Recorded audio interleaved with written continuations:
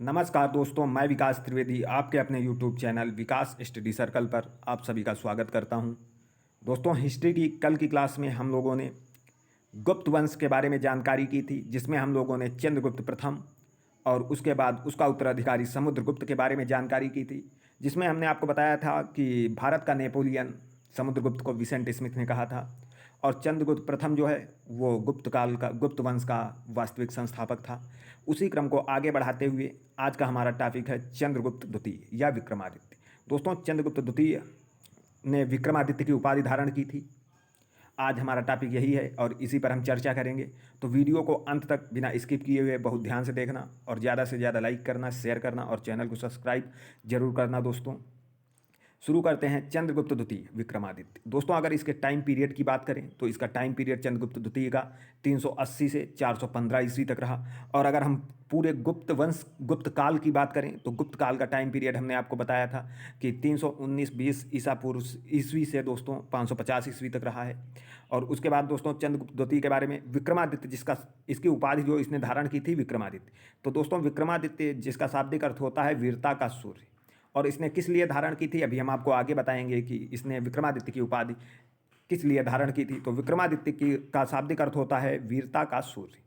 उसके बाद आगे देखते हैं, चंद्रगुप्त द्वितीय ने अपने बड़े भाई रामगुप्त की हत्या कर गद्दी पर बैठा। यह कल के वीडियो में हमने आपको बताया था कि चंद्रगुप्त द्वितीय के बड़े भाई का नाम रामगुप्त और समुद्रगुप्त के ये दोनों पुत्र थे, रामगुप्त और चंद्रगुप्त द्वितीय। और रामगुप्त की शादी हमने बताया था ध्रुव स्वामिनी से हुई थी और चंद्रगुप्त द्वितीय की कुबेर नागा से। तो दोस्तों, रामगुप्त की हत्या करके चंद्रगुप्त द्वितीय अपनी गद्दी पर बैठता है। उसके बाद रामगुप्त के समय शकों के आक्रमण की जानकारी जो है हमने बताया था कि शकों से पराजित होकर इसने अपनी पत्नी ध्रुव देवी को शकों को सौंप दिया था। इसी से गुस्सा होकर चंद्रगुप्त द्वितीय ने अपने भाई रामगुप्त और शकों का पतन किया और उन्हीं शकों के अंतिम शासक जो थे उसको मारने के बाद इन्होंने विक्रमादित्य की उपाधि धारण की थी। दोस्तों, तो रामगुप्त के समय शकों के आक्रमण की जानकारी विशाख दत्त के नाटक देवी चंद्रगुप्तम से मिलती है। दोस्तों, रामगुप्त के समय जो शक आक्रमण हुआ उसकी जानकारी विशाख दत्त का एक नाटक है देवी चंद्रगुप्तम, उससे मिलती है। बहुत ध्यान से देखना कि विशाख दत्त का कौन सा नाटक है, देवी चंद्रगुप्तम। उसके बाद दोस्तों, शकों के विजय पर उपलक्ष्य में चंद्रगुप्त द्वितीय ने चांदी के सिक्के चलाए।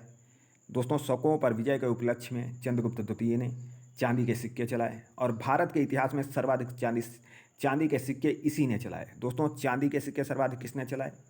तो चंद्रगुप्त द्वितीय या विक्रमादित्य ने चलाए। और इतिहास का पहला शासक जिसने अपने दरबार में नवरत्न रखे।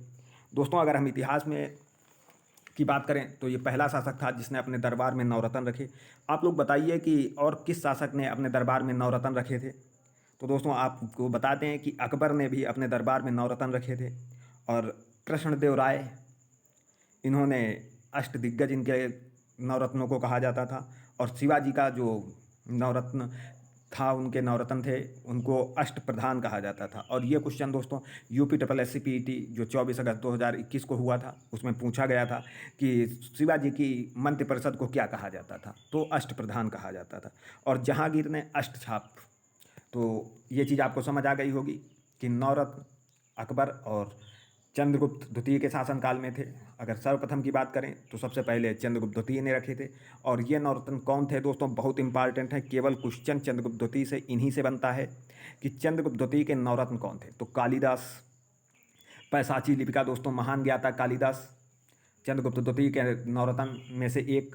उसके बाद धन्वंतरि, अमर सिंह, वाराहमिहिर, शंख, छपड़क, वरूज, बैताल भट्ट और हरिसेन। दोस्तों, ये 9 इनके नवरत्न थे।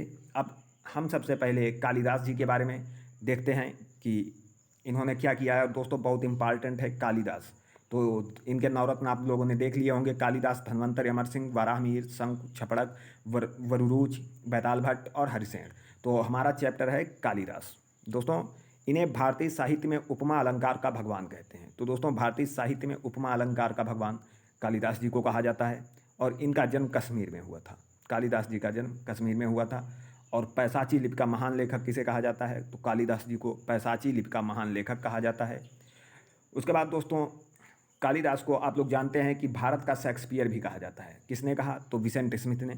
कालिदास जी को भारत का शेक्सपियर कहा। और विसेंट स्मिथ हमने कल बताया था, इसी ने समुद्रगुप्त को भारत का नेपोलियन कहा था। भारत का नेपोलियन और भारत का शेक्सपियर, भारत का शेक्सपियर कालिदास को विसेंट स्मिथ ने कहा और भारत का नेपोलियन विसेंट स्मिथ ने समुद्रगुप्त को कहा। ये चीज़ आपको समझ आ गई होगी तो उम्मीद कर सकते हैं।